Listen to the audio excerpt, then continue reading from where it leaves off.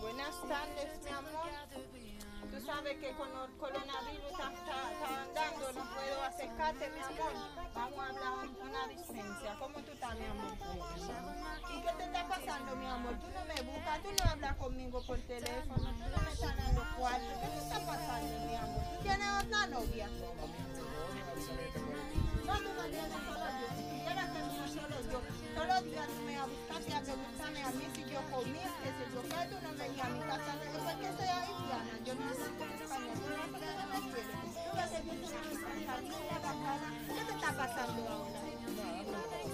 No, tú tienes otra novia. Estoy sospechando que tú tienes otra novia. No, tú...